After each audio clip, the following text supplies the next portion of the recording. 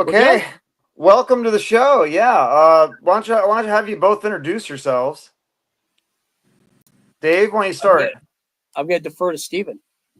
Oh, Are you okay, defer to me? Steven. All right, my name's Stephen Machat. I'm a lifetime veteran in the music creation and the music business world, and I've represented probably more artists than anyone left alive on planet Earth. And I'm here to fill you in on my manipulations and what I did and what I didn't do, and hopefully enlighten people who love Ozzy Osbourne, who love the Blizzard of Oz, who love whatever energy that they got fed when they heard that music at different stages in their life. And my new book is called I Can Hear Music. And what I do in this book is I tell you the stories of music. And I'm just prefacing this for all the listeners. I want you all to understand I don't believe that we are our bodies. I believe we're an energy that inhabits our bodies. And I believe we came from an alternate wherever energy and we fell into these bodies. And when we're inside these bodies, we react to noise. And I believe, and I'm calling them the muses. The muses are the orchestrators that get our bodies to do something and where to go and where not to go. And they do it through sound. And sound could be like that gardener I just had. You hear that and you clone it out. But it could be like, Crowley. Here we go with the Crowley, or Crazy Train. And all of a sudden you're there, bingo, you're in there, and you're like, yeah, yeah, yeah, yeah, yeah. And all of a sudden you're just thinking, you're living in that energy. And what you do is you react. And then what you realize is you've got all these people around you who feel like you do, who want to be like you. And it becomes a way of life, but you don't realize after that music's over, you're still listening to music. You're still listening to sound. We are 100% manipulated by sound. And I tell you who the muses are. Who are they? And music is a Greek word, and it means the art of the muses. And my love of music goes way beyond Ozzy Osbourne. And I had nothing but good times with him. I really did when he and I were in business together.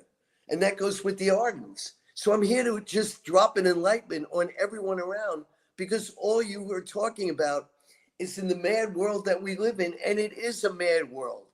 We live in a country where they tell you that we're the greatest country in the world. And really? It's like, okay, what's going on here? And in the 1979, my era with Ozzy was like 79 to 1984.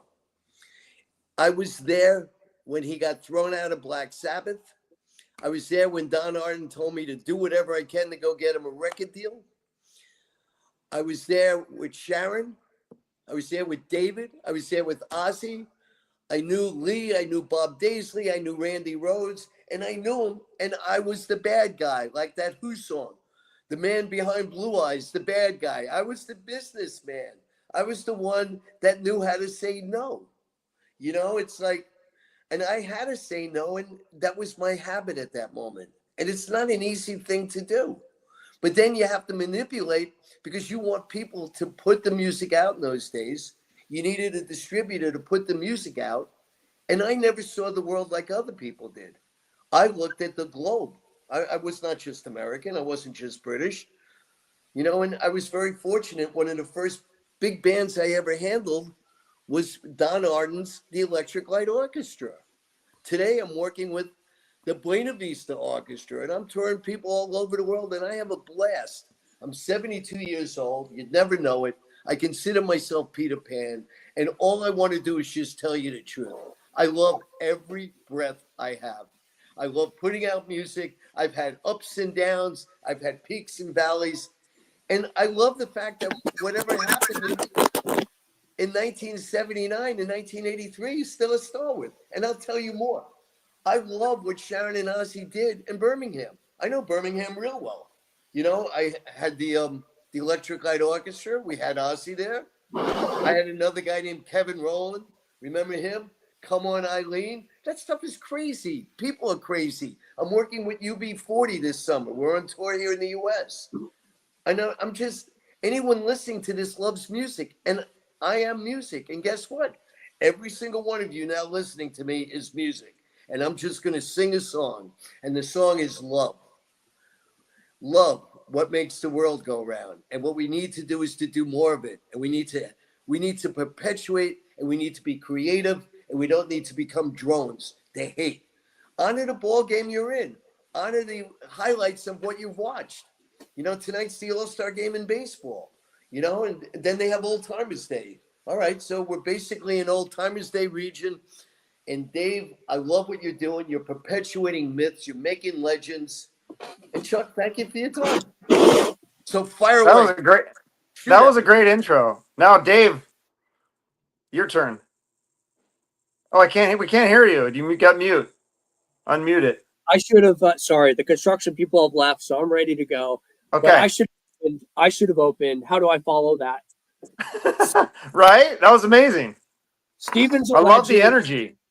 My God, my testosterone, I can feel it rising already. I don't even know how I'm going to handle it later. It's like that movie Network. I'm mad as hell and I ain't going to take it anymore. What kind of world do we live in? It's about love. It's about music. It's about helping each other, supporting each other. Let's go, right? Anyway. I'm in. I'm preach, brother. I love this. This is great. Should have been in sales, maybe. I don't know. Maybe not a lawyer. But I'm just going to say I'm Dave, and I'm just a music fan, and my favorite band is the Blizzard of Oz. And I'm not in media. I have a real job. But on the side, I do like talking music, and I love kind of promoting my favorite guitarist, Randy Rhoads, and the music that he was a part of. And, of course, the legends, Bob Daisley and Lee Kerslake.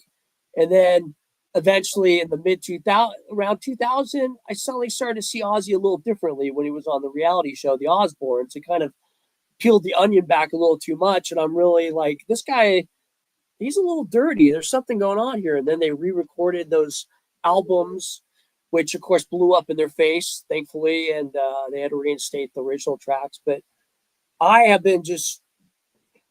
started this road with Steven.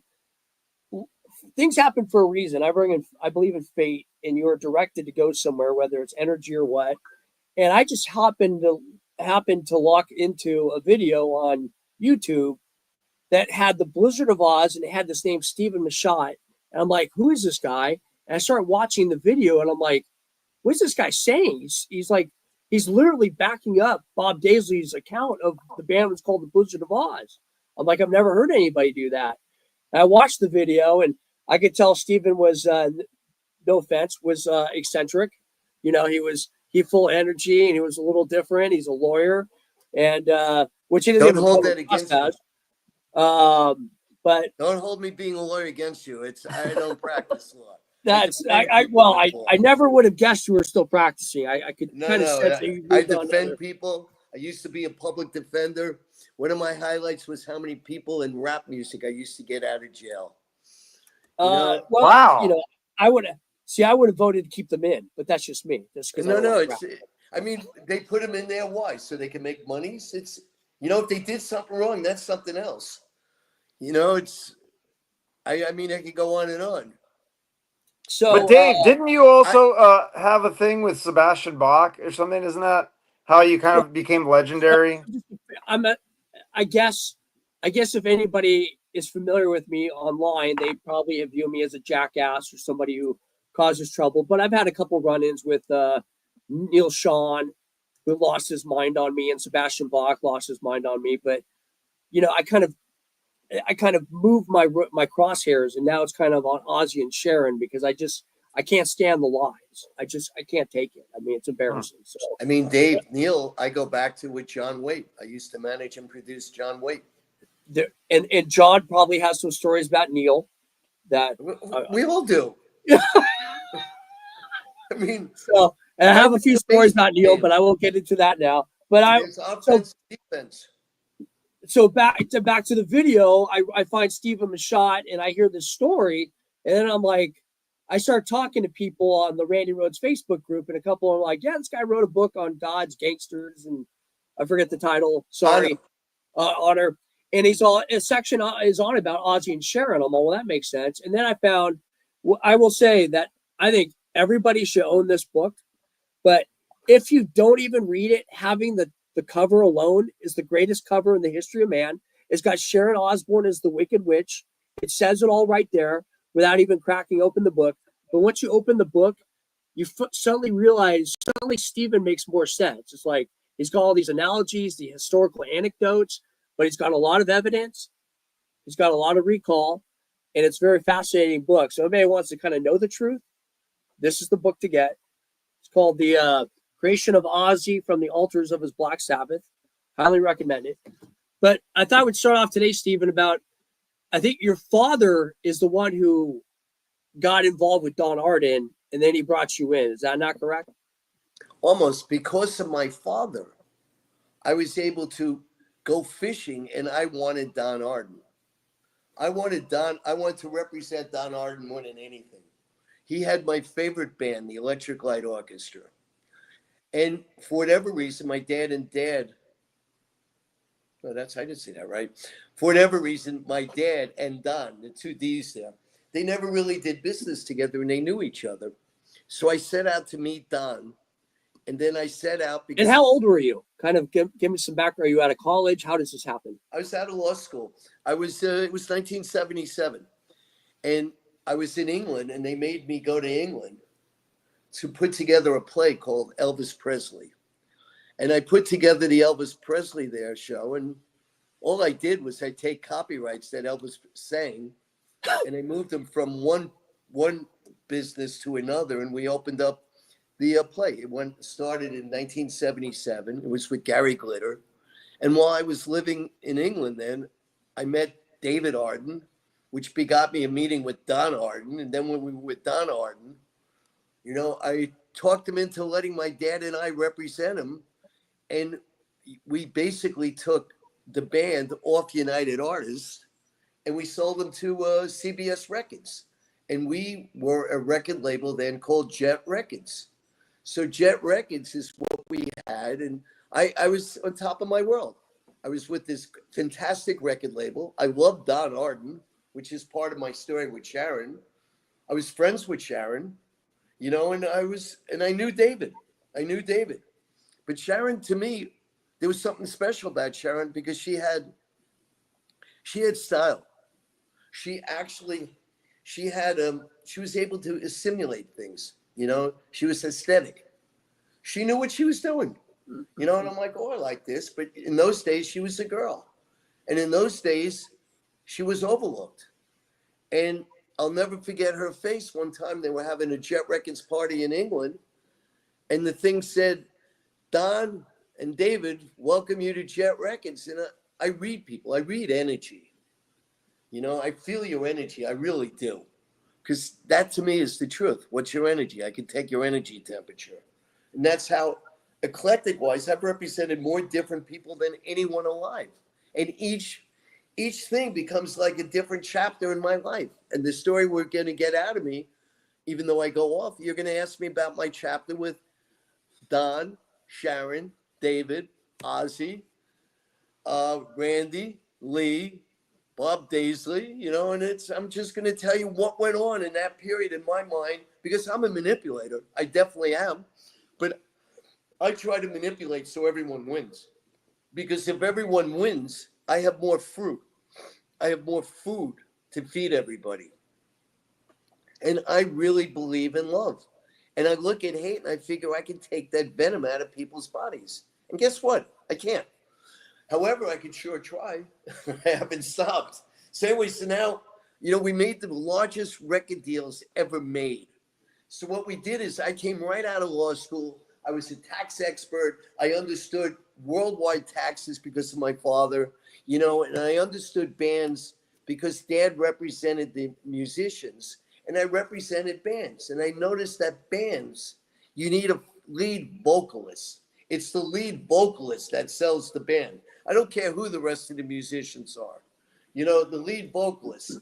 And, you got a band called The Who. They didn't have a standout lead vocalist, and I'm going to be yelled at by the Who fans. No, they were all sort of equal, and they all played a contributory part, and they were a team. They were a team of individuals, be it Peter, be it Roger, be it Moon. They were a team. And so my dad represented them. Also, the Kinks, they were another example where all of a sudden a band comes out of it. My dad represented the Kinks. All right. My dad also represented the Dave Clark Five. So Dave Clark Five, I met with them, and Dad used to let me talk to everybody because he knew that I don't shut up and I'm curious. And I'm curious in a good way. Not, I want to know how you know. And that's the book I showed you this when I can hear music. Where do these ideas come from? And they come from somewhere. We hear noise, but you're not allowed to tell people I hear noise. There's voices in my head. Everyone has voices in their head. We'll get over it. It's noise. And sometimes you see a color, right? Well, a color becomes noise because when you see black like you had, or is it dark blue? I don't know. But when and your name's is in white and blue. Anyway, that speaks to you. You get a taste. All your five elements. You can see, you can hear, you can taste, you can smell, and you can touch. All of a sudden, that's called a talisman. It gives you energy. And what I love about music is it's directed right at you. It's like, shoo, it's right at you. And so going into this, Don was in business before with a man named Patrick. I forgot his name. Patrick Meehan. Patrick Meehan. And a guy, and then the Led Zeppelin guy. Peter Grant. They were called the three-headed mafia. Yeah, right. And I loved them. But I mean, the only one, Don was who I represented. So anyway, it's 1979. No, that's not true. It's 1979, yes. And all of a sudden, Black Sabbath wants to fire Patrick. So Don's in heaven, and I'm in LA, and all of a sudden, he has me meet Black Sabbath because I was going to get them a new record deal. And they were signed to Warner Brothers in LA. And I was very friendly. I'm friendly with a lot of people. They love me, they hate me, but at the end of the day, they have good memories of me. I tell you what I'm doing. I show you my cards. I don't need to play with cards. I know how to play the cards. I don't need to hold cards, right? So anyway, I was friends with Mo Austin. In fact, we represented a man called Phil Spector. And I spent a little time in Warner Brothers setting up his business record label called Spector Records. And I knew all the people there. So it was an easy deal. I went to Mo Austin, who signed ELO, by the way, and did not like Don Arden because Don Arden signed ELO to a couple of labels at the same time. And at first, he gave me back. He let go of Black Sabbath. He didn't want to be in business with Don Arden. And then when I approached him to sign Ozzy Osbourne, he wanted nothing to do with it because he didn't want to be in business with Ozzy. So anyway, now my job was to get him a record deal. At the same time, I'm getting record deals for a lot of British people. There was a band called Genesis. And there was Peter Gabriel and Phil Collins, two individuals in a band. I got all three of them record deals. That was easy. Well, now let's hold up here for a second, Stephen. Sorry for interrupting, but so Ozzy Osbourne is fired from Black Sabbath. They're done with his drugs. They need to move on. They find Ronnie James Dio. Don Arden, who's been kind of rebuffed by Black Sabbath because they want to stick with Warner Brothers, and Tony doesn't like Don Arden. No, that's not true. So what? So what happened was they wanted to get a record deal in the United States. Their problem was they were signed to Phonogram overseas. So in 1979, straight up, heavy metal was not working in the United States. Correct. You know, it's like, all right. And they're sitting in this dance craze that basically was whatever. And it came to its own end. You know, it's just energy. It was just energy, and it came to its own end. So 79, I mean, Rod Stewart, who I grew up knowing, I mean, he's singing, "Do You Think I'm Sexy?" And he's doing dance. He's doing disco music. It was like, hey, time out. What are you doing? But everyone had a disco song. You know, when I was young, all I did was I knew how to make deals. And I knew how to find the deals. And I couldn't get Black Sabbath to buy her. And they were getting pissed off at me and Don and my dad.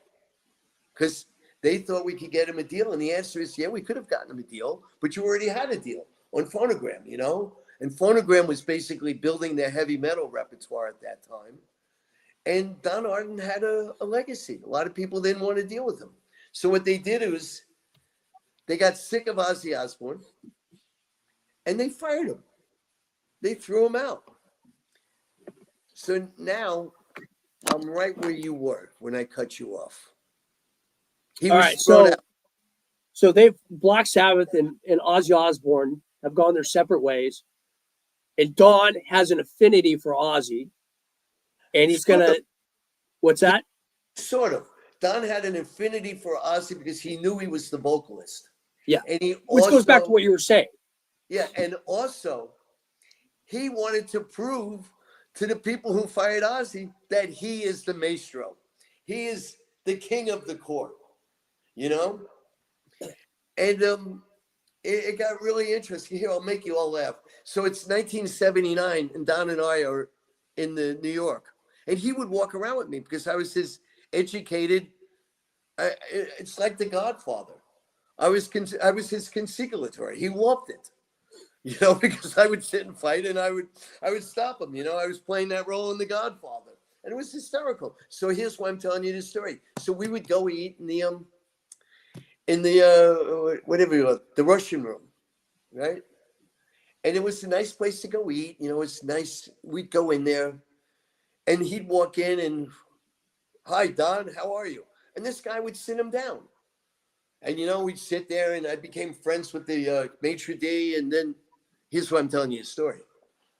So I'm like, wow, he knows Don Arden. He didn't know Don Arden. He knew Don Arden. He knew Don Arden, the guy in Las Vegas that was putting on all these shows, and he thought Don was the same guy. And we used to get the best table at the Russian tea room. And this guy really thought Don was from Las Vegas. And I'm like, Don, why don't you straighten him up? And he goes, why? What could be better than this? This place is sold Leverage out. it. We can get in here anytime we want to get in here. And like, let's go. So we tried to get him record deals, Ozzy, you know. And what happened was Don got frustrated. So what Don did when he got frustrated is he put together a band of musicians who would play with Ozzy. Because Ozzy needed a team. He needed a team. So I'll let you ask me the next question. Except I'm going to get a glass of water. So hold on. All right. But I can hear you. Well, no, I'm gonna wait till you come back. I want to see your face. Okay, I'm coming. This is fascinating. I didn't know a lot of this stuff. This history is interesting. You How know this what? all formed. Yeah, so you're kind of a great test case here, Chuck, because you know, I think I think we like some of the same music based on your interviews. I mean, you've done a lot of great interviews. You kind of did that Dawkins one that kind of blew up because the things that Don's story is not all that unfamiliar with what Ozzy and Sharon have concocted with. I wrote a lot of this stuff, and then the musicians are like, "The hell you did," you know, and you kind of create this. Right. So Ozzy's aligned with Jet Records. He gets bought out by Black Sabbath. They give him the equivalent of $35,000. Ozzy's going to invest this. He goes to L.A. and he's in a stupor. By the way, he was in L.A. He was in L.A. He was in L.A. And they get a bunch of guitar players to audition for Ozzy. Dana Strum is kind of running this. He had some sort of run-in with Ozzy in a club, and he talked him into kind of facilitating this. And I think the label had a bunch of guitar players that they wanted Ozzy to audition, and Randy Rhoads wasn't one of them on the list. And through a fluke, Dana's like, "Well, I know the guy that you gotta get with, and it's Randy Rhoads." And Randy does about a 45-second warm up, and Ozzy's drunk and passed out behind this closed door, and he's like, "Yeah, that's the guy. Okay, you convinced me he's the Messiah." They meet up next day, and they perform with Dana and Frankie Banali. I'm just kind of giving a top overview here. But Ozzy then goes back to England, allegedly. And Don Arden is kind of passed on, like, you're going to manage this guy. You're going to run this band.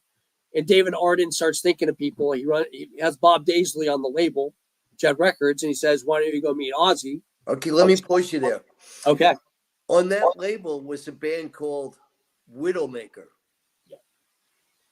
Don was convinced that Widowmaker was a hit band.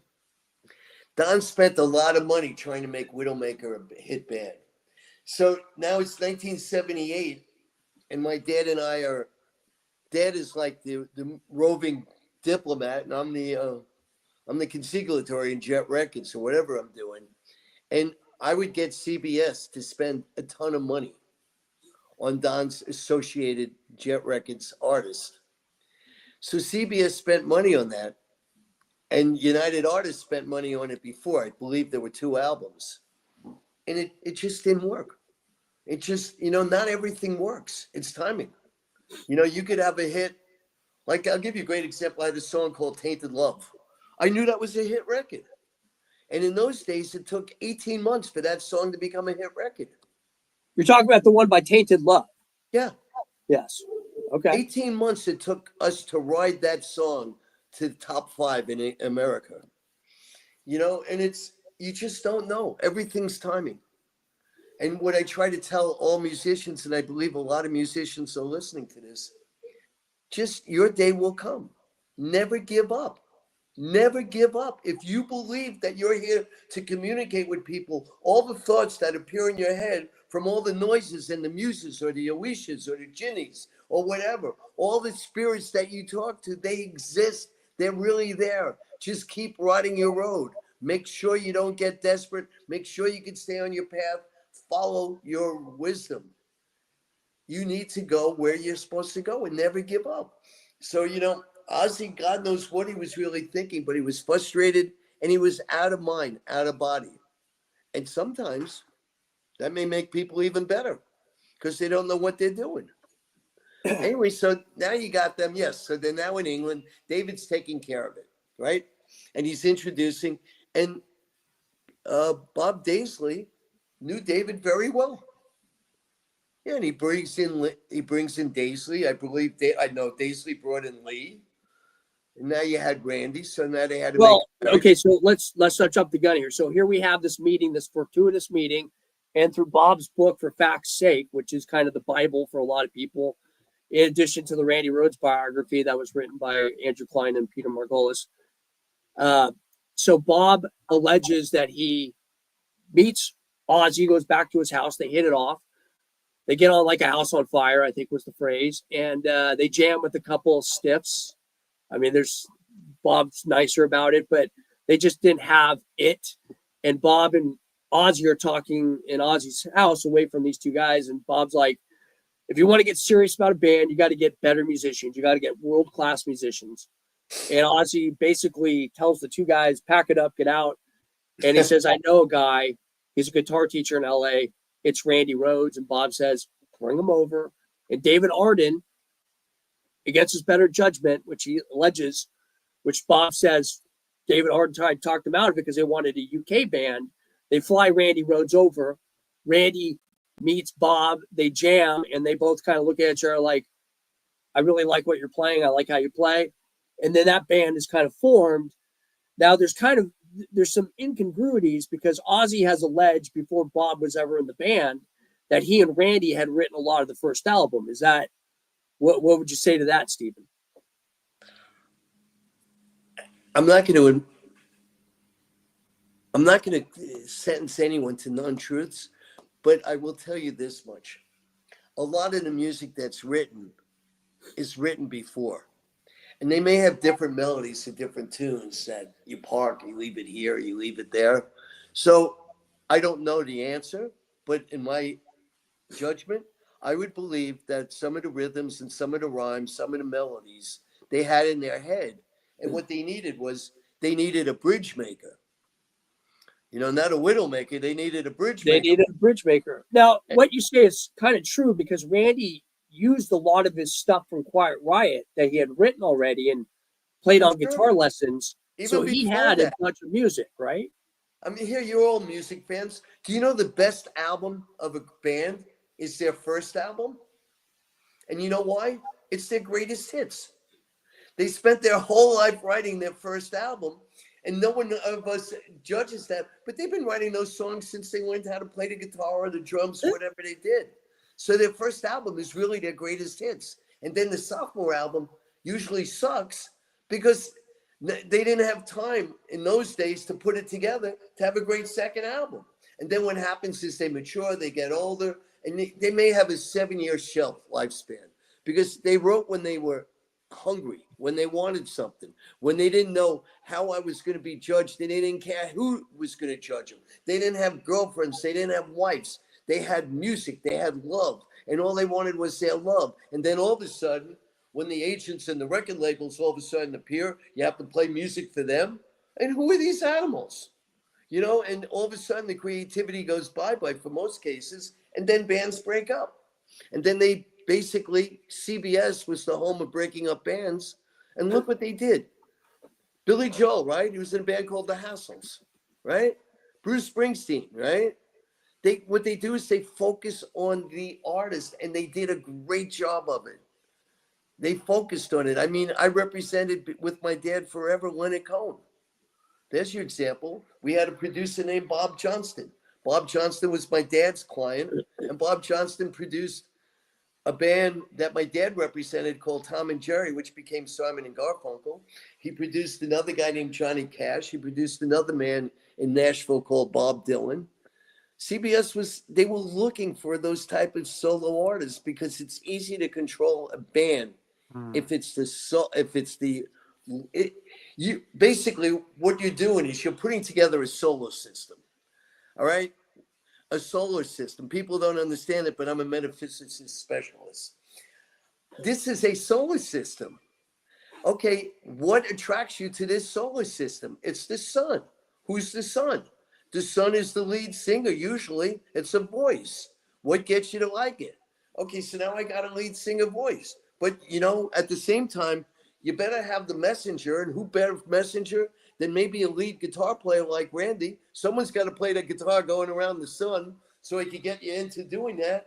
And then you need to have the wisdom and the knowledge of maybe a Bob Daisley, who is extremely intuitive. And he's another idolist. He's a dreamer. And I will say this for Bob Daisley. His memory is fantastic. He told me one day, he was telling me the story how when I went to go get the publishing contract signed, he did everything he could to hide from me when we were in Canada. And then I was like reliving because I was the bad guy. I was the one everyone was afraid of. I was the one that had Don Arden's ear, and I wasn't a child of Don's. It was different.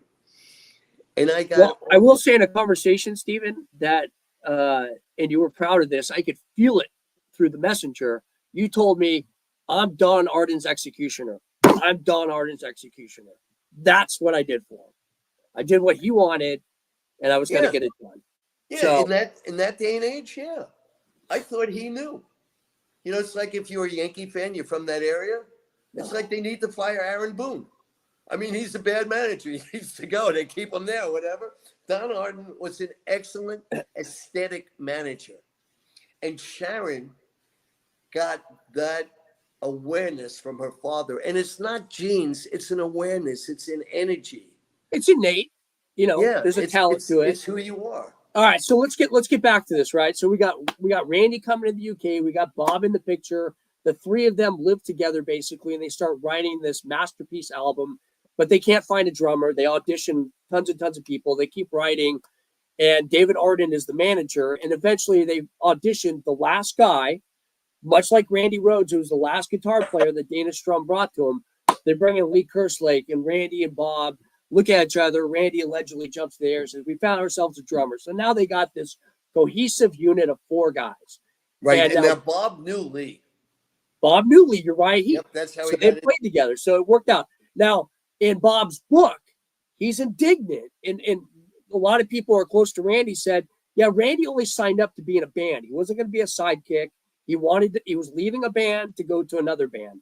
So David is sitting there looking at Randy and Bob, and they're like, we're gonna this is a band. It's going to be called The Blizzard of Oz. And there's a letter that Ozzy wrote from June 1980 where he's talking to somebody, not alluding to not seeing Black Sabbath, keeping up on them. I have a new band. It's got these guys. They're great. Uriah Heep. Randy Rhoads is going to be something. He says, I think we're going to call the band The Blizzard of Oz. So from the nascent stages of the four of them coming together, you will agree that it was called The Blizzard of Oz. That was the intent. Yeah. That was the marriage. That was the marriage. Four of them. Okay. But that Now, doesn't mean it's forever. doesn't mean it's forever. It's not And by forever. the So, way, but then those But then planets, then a dark force comes into play. it David could Arden be, has a family matter in August of 1980. Blizzard of Oz is done and recorded. It's sonically brilliant. Max Norman has done his thing.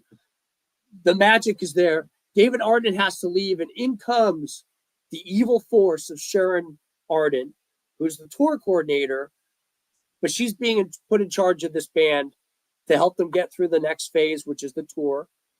And at this but point, Bob, here's what you need to know. sure. Don wanted Sharon retired from the music business. He didn't want his daughter doing that shit. Now, Sharon was very close with me and my wife at that time. And, and Sharon was in New York, and what happened, I guess it was August of 1980. That's how I remember it as I'm reflecting. And what's scary is that's 45 years ago, but that's a long time. And anyway, what happened was David couldn't deal with it. And I'm not that type of guy. I am not the field, I'm not the field marshal. I'm a general. Yeah, I could do that role, but I ain't going on the road and dealing with that. I could book tours. I've done it my whole life. And Don had to bring in Sharon because David had an issue. And it was the birth of his daughter. Something came up, and Don had to bring Sharon back after he was moving her into a much more womanly role, but at the same time, in Sharon's defense, she didn't agree to this. Sharon believed that she was as good, if not better, than her father. She had the aesthetics she could make the images. And, I don't want to take away anything from Sharon. And, my whole issue with Sharon, and I'll say it right now, dealt with what she did to her father. I like Sharon. I love fighters. I love mouths. I love people that will stand tall. I like fighters. I don't like to get into the middle of a fight and then you go like this, where are you?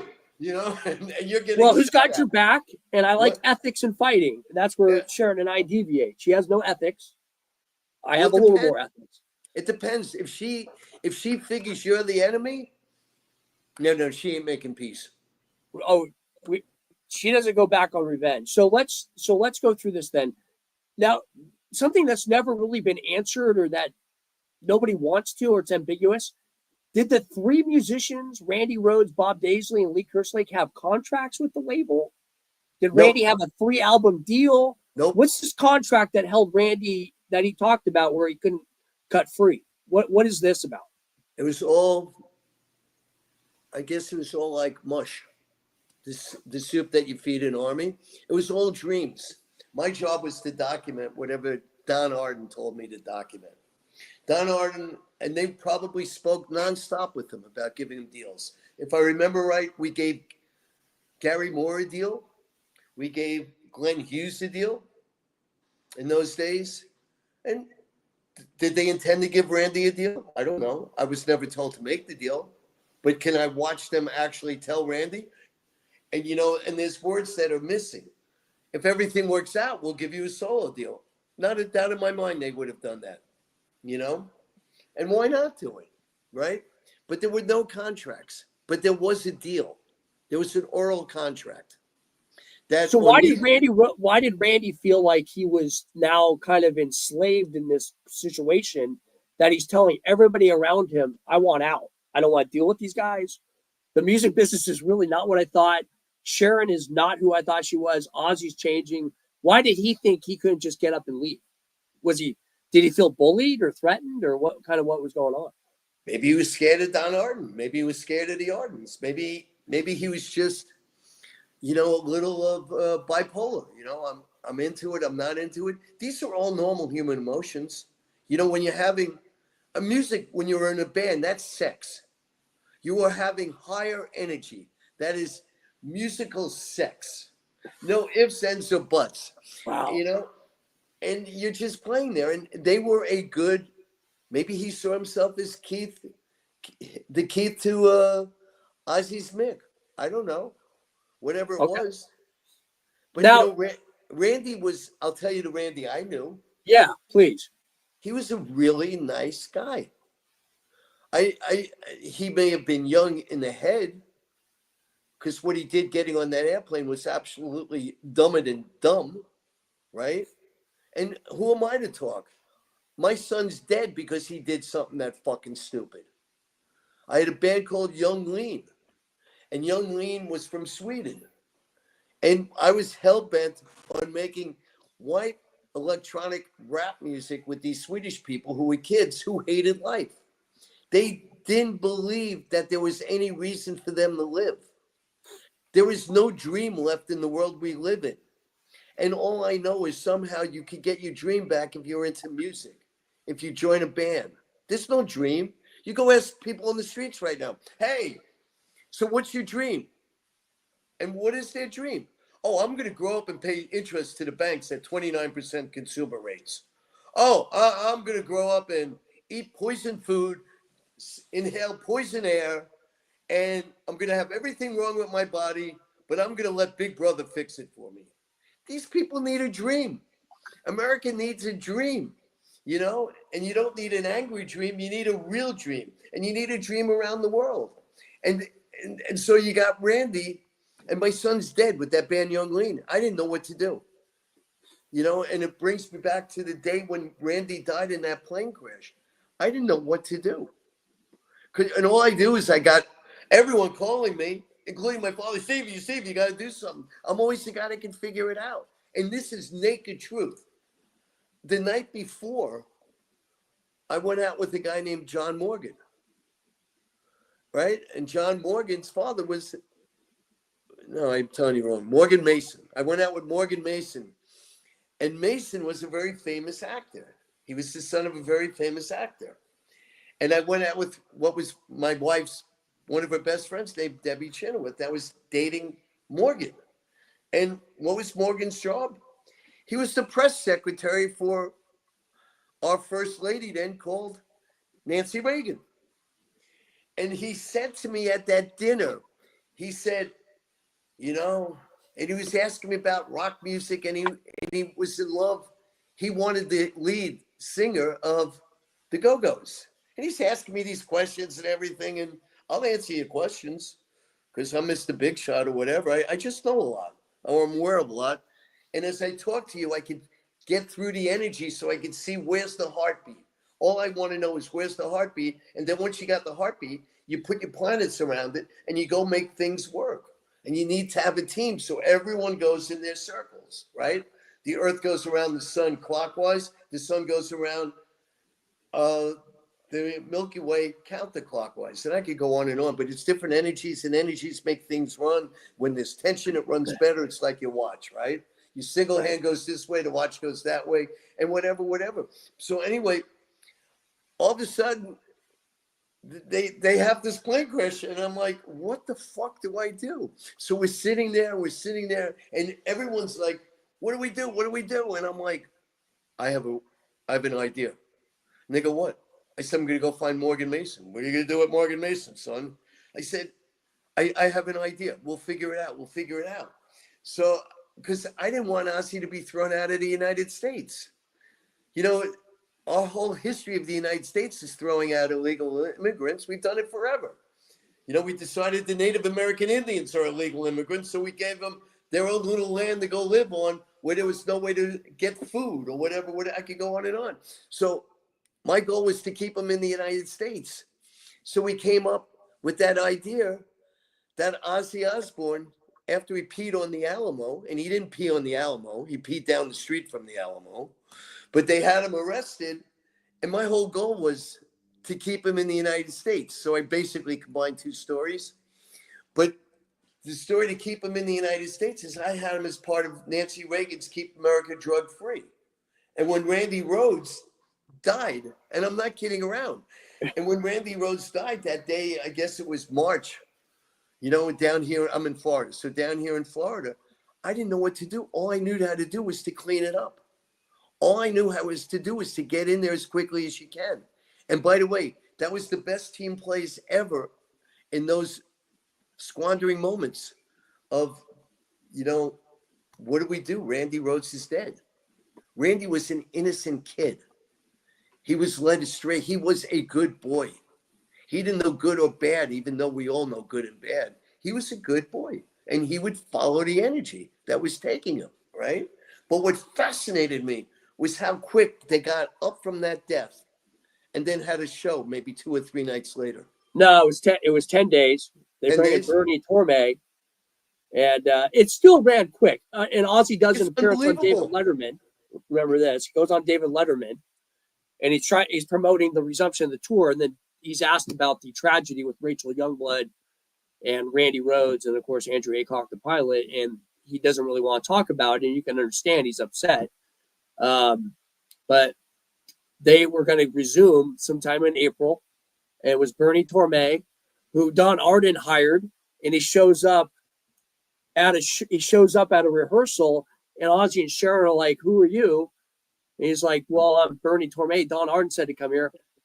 Ozzy was ready to hire Rudy Sarzo's brother as his guitarist. They had been playing with him, and Don Arden had made the decision because Bernie was on the label. And then Bernie clearly was not ready for the moment. He struggled. He was a blues guy. They put a wig on him because he's got a mohawk or some sort of punk look. And they realized he's got to go. And they treated him like shit. And then they bring in Brad Gillis. But so I want to go back. I want to go back to time. So we got David Arden out of the picture. We got Sharon Arden taking over the Blizzard of Oz. They start doing some shows. They're billed as the Blizzard of Oz. They're billed as the Law, as 2 secret shows at a club. And then Sharon, and you're probably involved in this behind the scenes. Sharon, I think, starts to calculate a chess move. So we need another album. We're going to pitch this to CBS or some big label to sell the US. No. So anyway, let me bring you back. Okay. They recorded the second album before Randy died. Yes, yeah. A year before he died. It's between Right. December and March 1981. Because I couldn't get them a record deal. Okay, the Blizzard of Oz, I couldn't get a record deal. Because he only had one album? We had one and then we had 2. So Okay. what we did is CBS, I had what was called a pressing and distribution deal. So CBS had no artistic input. That record was put out in the UK and what they called Erie, which means Ireland. Okay, then we had a deal with Europe and the rest of the world, ROW, and then we had the US label deal with Canada. Okay, they didn't want to end up on CBS because CBS became the home of the dead Jet Records. And there was a gigantic loss column there. And everything was cross-collateralized against that loss. So what happened was Jet Records in England. Well, so can I let me just interrupt here. And it's part of your book, and I don't think you mentioned it earlier, but basically ELO was the winner of Jet Records. The label ran around ELO. They were a big show. There's a story in your book where you talk about how a concert promoter stiffed Don Arden because he knew that Jeff Lynne was not going to testify. The guy knew that Don Arden was rigging these shows where guys weren't performing live.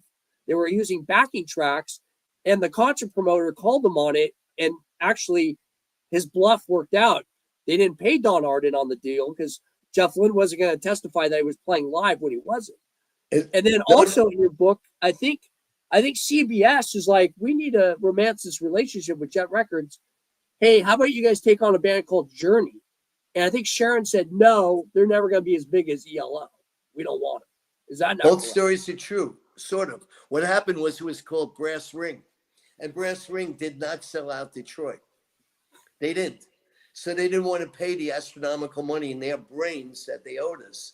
And Jeff Lynne, I mean, hello, tapes have always been used. If you got 30 people on stage, you think all 30 things are going on at the same time? You know, it's insane. Right. Common sense. So what happened was, no, Jeff Lynne wouldn't show up and testify. He didn't want to go to court. So we took the loss. And yes, Journey was offered to us by Walter Yetnikoff. And all I wanted was I wanted to run the biggest record label because that was my ego. I wanted to do it. I believe I'm an aesthetic man, you know, and I believe You're an aesthetic man. I can just sense it. Yeah, no, So I like artists. I like sitting and talking to people and asking them, what gumdrop were they eating last night when they wrote this? Like Candyland when I was a kid. I believe I'm a visitor here on Earth, and we're all here. And my whole goal right now is to make people believe in dreams and to live a dream and to stop letting your government tell you there is no dream. Shut up and work. No, dream, man. America was a dream. Read the Declaration of Independence. It was all about people. And then all of a sudden we have the Articles of Confederation, which was all about people. And then 13 years later, here we go. Now we have the second Constitution, and it's all about property. No more dream. You now work for property. It's like, hey, wait a minute. I believe in the dream. The Star Spangled Banner, right? all This, right, Stephen. So let me just cut you off for 1 minute. So you're okay. talking about a dream. Now let's go back to the Blizzard of Oz Nightmare. They finished It's this. not a nightmare. It's life. And They finished this album. They finished Diary of a Madman, which I think refutes your second album theory because a lot of people think Diary is the best album Ozzy's ever sung on. I do too. I think it's a great album. but by the way, it's even better. You had 4 different energies sitting there, and they were high as kites. There was no one grounding them. There was no one putting them on a lamppost, and they were sitting there and they were just flying away. And Bob Daisley has quite the imagination, and in a good way. I'm telling you straight up, in a good way. I'm sure Bob Daisley was in there stirring that pot. Let's go here, let's go there. I mean, Alex Crowley, he believes in that stuff. Yeah, no, Bob is a great lyricist. He's very well read. He's more than a lyricist. He is a great He's a great bass player. He's a great songwriter. I like Bob and Randy should be in the Songwriters Hall of Fame in my book because I think they wrote for that book, for that thing. And Yeah. Ozzy definitely decorated that whole song. You could feel his energy all over the place. Now, but while this is going on, Bob Daisley's recording all this stuff, rehearsals, writing, them talking to each other. That's totally true. And he has this 8 hours of tape, but the Diary of a Madman sessions don't have a lot of Ozzy on it, whether he was out with Sharon, he was passed out. Lee, the 3 of them really carried that album, and Ozzy came in, obviously did his thing. Well, also, Ozzy was breaking up with his wife and his kids. Hell no. Yes. He was breaking up with his kids. Apparently, and he's your first breakup I won't get into that. Is the hardest. First cut is the deepest. So he's having this fling, and then also exacerbating the tension is, Randy Rhoads and Sharon hook up for a night and have sex, and this becomes a problem. Probably lingering with Ozzy. It causes tension. Randy's a horny young guy taking advantage of his abilities. He's not attracted to Sharon. She probably paid him to do it. We don't know, but the album finishes in March, the end of March 1981, and then suddenly the hatchet falls. Bob and Lee get calls that they're fired. You're talking to CBS to get a deal. No, because now I'll straighten you out. Ready? Do this. Okay. I made a deal for Blizzard of Oz with Capitol Records. Who Ozzy wanted? He wanted to be with Capitol because they do real, Iron Maiden was with Capitol overseas. Anyway, so I was making a deal with Capitol, and then I get called into an office. And there's 2 parts to this, really important. Ready? I get called into an office with Don, my dad, and Walter Yetnikoff. And all of a sudden, Ozzy One is selling records. And Walter looks and he goes, you're not making that deal with Capitol. I go, what do you mean I'm not making that deal with Capitol? He goes, you're not making the deal with Capitol. I go, okay, I'm not making, what's going on here? He says, you're not going to embarrass and humiliate everybody. And I'm looking at Don and my father, and he says, I'm going to make it much easier for you. I go, what are you going to do? And he says, it's real simple. We will make a separate deal for Ozzy, not the Blizzard of Oz, a separate deal for Ozzy. And it will not go against or cross-collateralize against all the different records. And I'm like, okay. And then I said, but I made the deal with Capitol and I didn't sign the deal. The deal was being struck, right? And so what happened was, and this is important, and this is the part that everyone's missing. So okay, all right. So I go home, we figure it out, and I figured I'd deal with it. So we created a company called Princess Productions, which was Sharon and I from our two fathers. And we put the record deal with CBS in there. At the same time, when word sprung that we were going to pull from Capitol, it was easy to do because I promised Rupert Perry that Don Arden was not involved. So to get us out of the Capitol deal, I had to say to Rupert Perry, Rupert, I lied to you. You know, I'm sorry, I didn't lie deliberately, but now Don Arden wants to be involved, and I know you don't want him involved. So, what is this shit? So anyway, I'm like, all right, so he gives me back. Now, all of a sudden, and this is important, all of a sudden, I had a very simple deal. Those three got 50%, basically 16.67% of the royalty going to the artist. Ozzy got the other 50. Well, Bob Daisley woke up and had a better idea. I'm not honoring that deal. If you're going to go make a deal at Capitol Records, I want more. I want a larger piece. Nah. So what happened was, I went back. Wait. So a larger piece for himself or for the other three? The other two. The other two. He wanted more of Ozzy's 50%. So he wanted to be the second highest paid guy. Yeah, the second or third and fourth. He wanted the band to get more of the 50%. So was he arguing on behalf of the band or was he arguing on behalf of himself? He may have been arguing on behalf of both. Okay. Wow, this thing's going out. I wonder why. Stay there. Why would this be going out? Oh, I know why.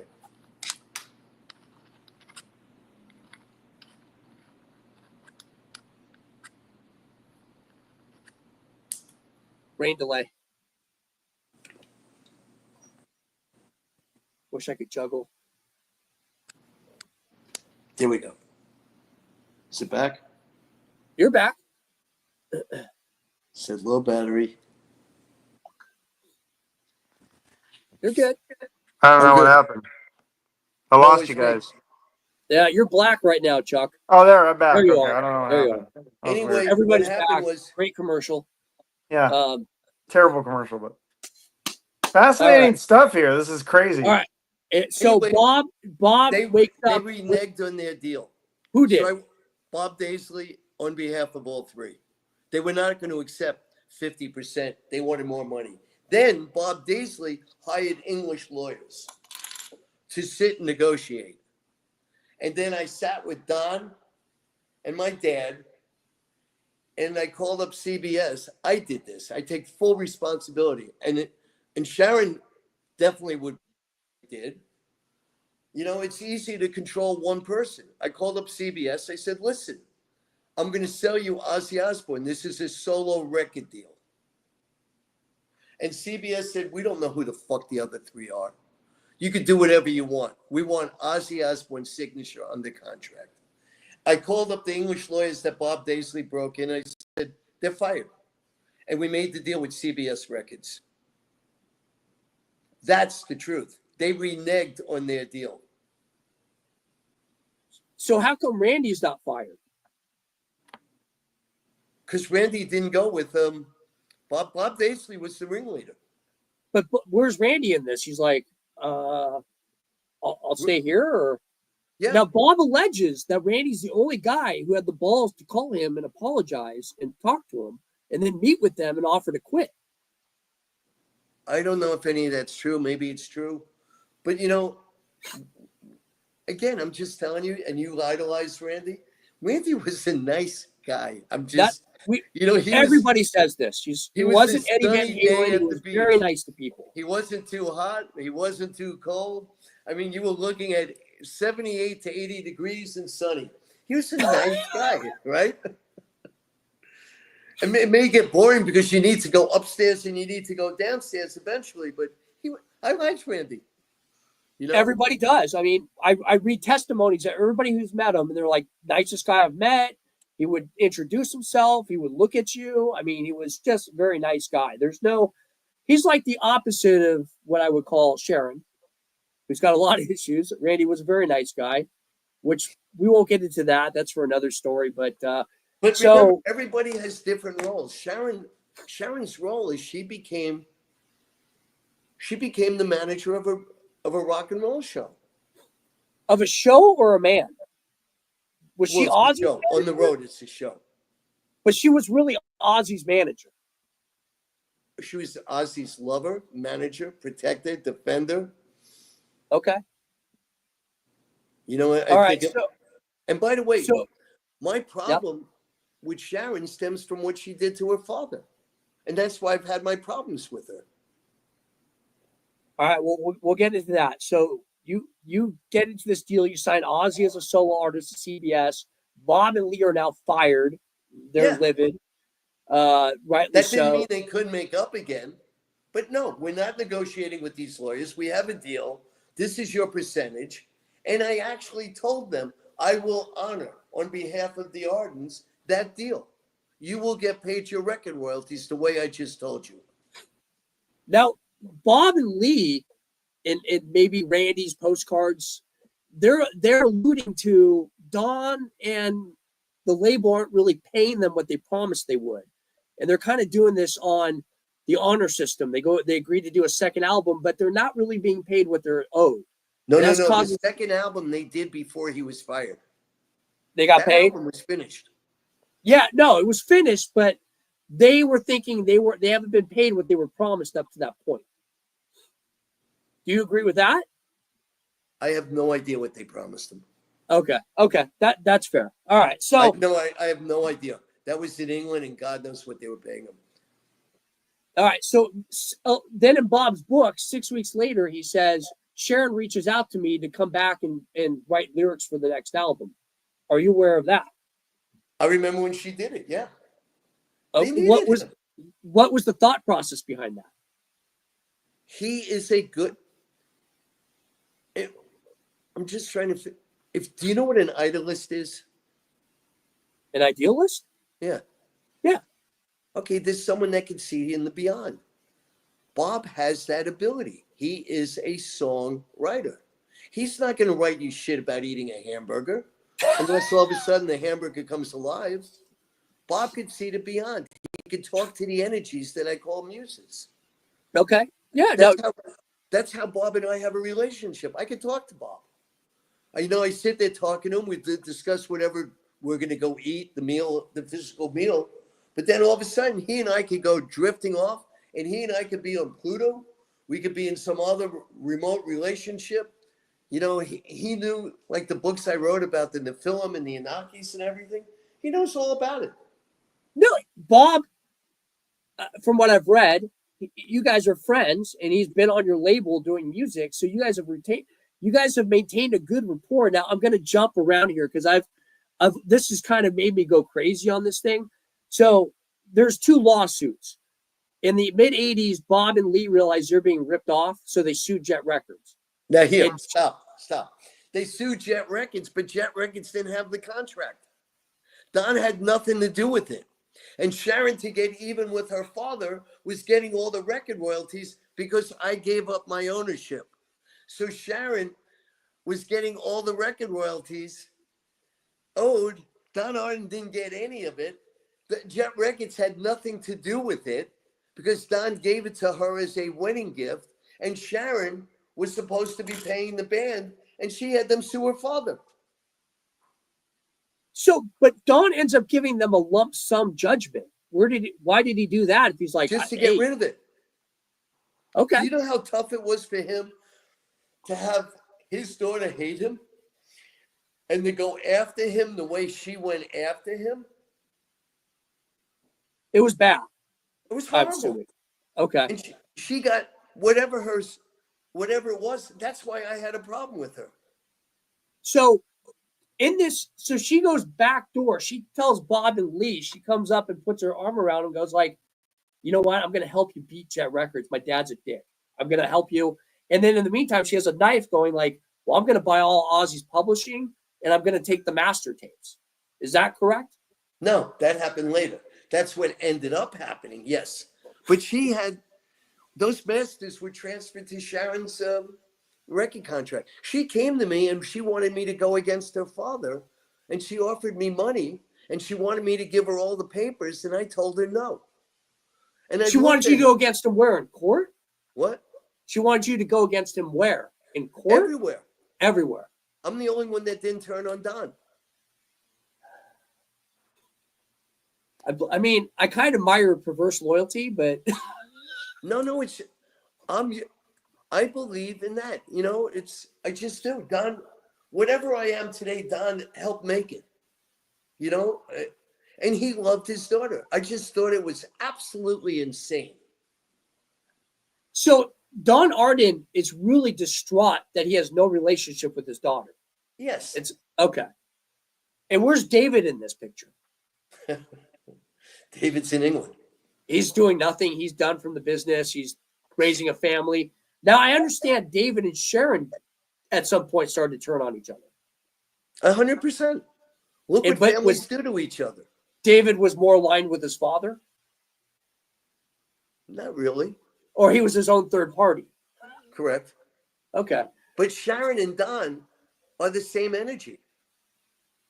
And at the end, I helped Don and Bob Daisley. I got Bob Daisley when they came to me. I got Don to join up with Bob Daisley to get him the monies. And I knew Sharon would sign. What she would do is all Don asked me to do, he was dying. He said to me, please help me meet my grandchildren. And I'm like, okay. So time out here, Stephen. Okay, so we're going to fast forward here. We got the 80s. We got a lawsuit. I'll tell you Bob and Lee right off. They're like, okay, we're just going to go on. And then in the mid to late 80s, after Bob has severed his relationship with Ozzy, he's not going to do any more lyrics. He's not going to help with any more albums. He realizes Ozzy's a backstabbing fool. Sharon can't be trusted. He finally cuts cords. But then he finds out, oh my God, they've set up this shell company called Blizzard Music Limited, and they've been pilfering all these performance royalties and sync royalties. So he goes to you to sue them. Is that correct? No. Okay. No. And that happened a lot later.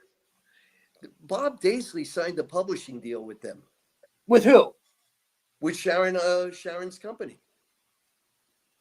When? In the 80s. So he's already signing off. She's going to run it. Yeah. Okay. And he said that they underpaid him. Listen, we've been on for a while. Maybe what we should do is let you digest this, and we could do part 2 later. I'm around all week if you want to do it. No, I'm not. I'm going to Dominican Republic with my other orchestra. But I'm back. I could do it next Monday, or I could do it whatever. But you guys should hear what I said, and then what you do is ask me to color it in. You're going to be missing stuff, but we're all over the place. Yeah, no, that's good. I could bring in one of my buddies who's had Bob Daisley on his show many times, and maybe we can even get Bob on here too if he wants to come on, and he can fill in some of the blanks. Well, you can fill it in later. I'm just telling you. You know, I told you what you really wanted to know: why they were fired. They were Well, I got more questions. I really want to get into that lawsuit where Don Arden perjures himself. So I'll leave it at that. I want to get. There were 2 lawsuits. 80s in the late 90s. No, the one in the 90s would have been 2000. Yes. Okay. So the 2000s, they decided 2001. Bob and Lee have realized that money's not coming into their pocket like it should. Yeah. Okay. And if you want to stop here, we can do this next week. I wouldn't. It would be interesting to have Bob Daisley on, but I don't know if the dynamic. No, you don't need him here, and I'm not disagreeing with Bob Daisley at all. Maybe Bob needs a separate thing that goes over this. I don't know. We'll set this up, but let's. Nowhere did I disagree with him. And that's what we want. We don't want everybody. We want harmony, but we want truth, right? Sure. But all right. Well, yeah. Whatever I just told you is my truth, and I'm pretty sure Bob Daisley said everything I just said to you. I believe it. I think there wasn't quite the specifics of what happened with the Bob wanting to renegotiate the deal, and that he led definitely to did that. He wanted more. Yeah, no, I don't think maybe I have to reread his book, but I don't think I caught that. But we can go over that next time. But let's. Yeah, and I mean, and the truth is, CBS didn't know what the fuck any. This may have been their only heavy metal record that they had then. They were not in that marketplace, and there was no way they were going to funnel and finance Jet Records unless they got Ozzy. And then what happened was Jet Records basically ended up dying anyway. Don became the manager of Air Supply. So let me ask you though, is CBS kind of chomping at the bit here because Blizzard of Oz is having more success than anyone expected? They wanted that so bad because they didn't want to be embarrassed.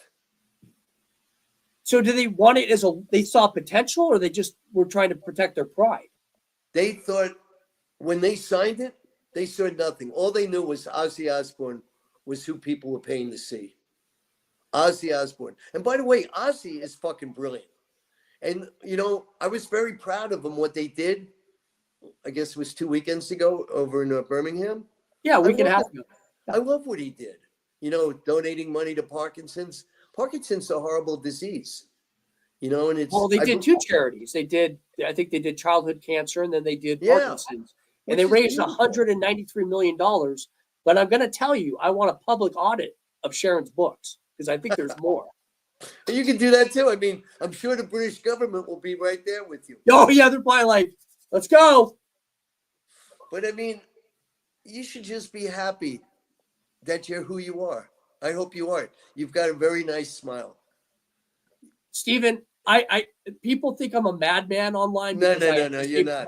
Stuff. I'm smiling all the time, like I ate the canary. I mean, you're that guy that I'd be sitting next to who would be going absolutely nuts for your team.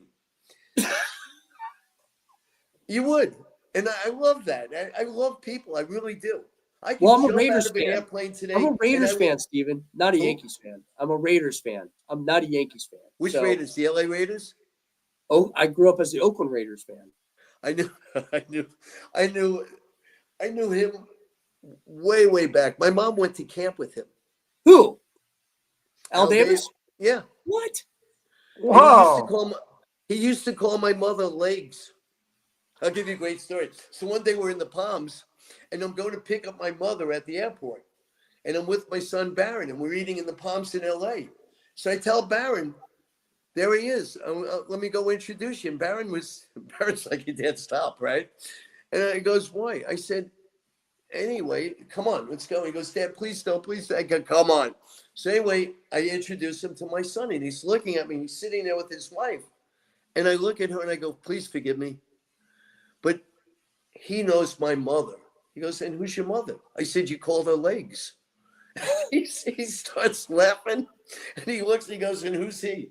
I said, this is my mother's grandson, Rosalind Golden. He goes, I remember her well. And he looks at his wife. He goes, he's very funny. They went to Camp Roosevelt with me. It was really funny. Wow. But I liked Al Davis. I mean, this guy had balls. When you look at what he did, he told TV to fuck off. He's the guy Al was a renegade. What? Absolute renegade. Absolutely brilliant move. Well, I'm going to tell you an Al Davis story that I was told by a guy who I used to go San Jose Sharks games with. He realized I was a Raiders fan, and he knew somebody. He knew somebody who knew one of the minority owners, and he basically told me that Al Davis wanted to up his ownership stake, and he basically made the guy an offer he couldn't refuse to get a higher cut. And so Don Arden, Al Davis, it's all the same games. Yeah. It's called life. Yes. In physical world, only the strong survive. Darwinism. In the physical world, not the spiritual world. You got to find out. You should read my new book. You will flip out. I tell you the stories of all these muses, and they're instigators. All they do is cause trouble. They'll get into. How did we get your new book? Is it on Amazon? Yeah. It's a top 5 book already. But again, don't forget that book. I sat there, and it was during COVID, and Debbie, my wife, who's my Wendy on Peter Pan, and I started telling her the stories of Ozzy Osbourne and everything, and she's like, you know, you need to write that. So what we did is we couldn't go outside. Everyone was scared to death, and I was never scared. And I've never been scared in my whole life.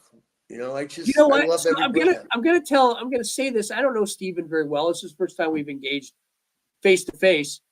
But Steven is a guy I'd probably have dinner with, and we would probably shoot the shit. And I could tell but there's two key cogs here, and Bob Daisley's certainly one of them. And I'm telling Bob, write the Blizzard of Oz story. And these are two guys who don't fear Sharon, and I think that's why she doesn't like them. They can't be controlled by her. But I will also say, which I found very amusing, was many years ago, Ozzy was having a sex addiction and cheating on Sharon. And I found a press release from Stephen Machat where he's talking about how it's all fabricated for PR. And I'm like, that's brilliant. I'm like, probably is. It was. I mean, come on. Can you imagine getting a hard-on with Parkinson's? Well, it's a little shaky, I think, right? I don't know, but No. I mean, my mom died of it. I honor Ozzy. I mean, this guy's got a will to live, and she gave him something to live for. So I'm going to ask one parting question. Sharon has this romanticized narrative that she saved Ozzy, his life, by believing in him and taking care of him. And then she's also presented that her, Ozzy, and Randy were the three musketeers, whereas there's a lot of people who say, yeah, Randy really wasn't cool with either of them. He just wasn't. He was ready to move on. So I don't know. What's your take on that? You ever see a palm tree? What's that? You ever study a palm tree? I can't say that I have. I can't. Yeah, okay. A palm tree sways. Randy would sway. He'd go where the wind is blowing. But he stays where he is.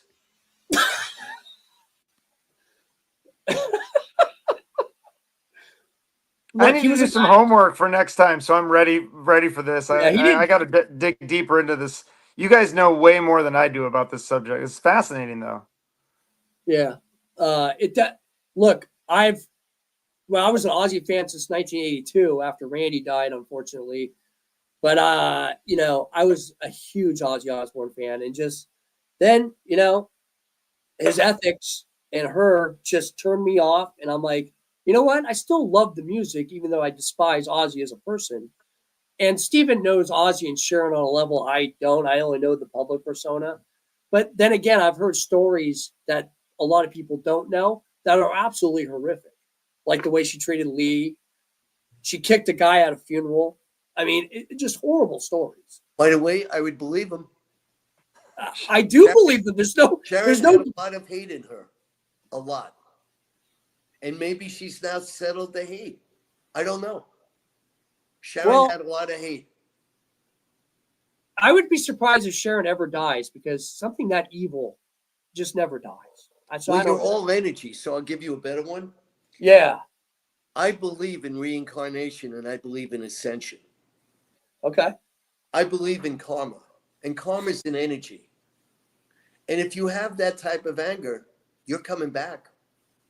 You will stay in this dimension called Earth, where you try to learn how to live in a physical body and live the energy of love in a physical body that must kill living beings to eat and survive. That's a hard definition. Everything all three of us do is we're eating something living because we need that energy to stay alive. That's pretty outrageous. Right? Deep stuff. I think we should talk about that next time. All right. Yeah, for sure. It's been a pleasure, guys. Thank you, Chuck, so much. Nice to meet both of you. Let's set this up for next week. Keep me posted what time works. I'm pretty open. All right, we'll send emails. We'll go back. Okay, sounds good. Invite the other guy that you were talking about. Hey, do me a favor. Send that to me. Okay. I want to give it to my people. I'll promote it. Okay, sounds good. Thank you. All right. I'll promote my books. And take care, guys. Bye-bye. All right, we'll do. Bye-bye. Thanks.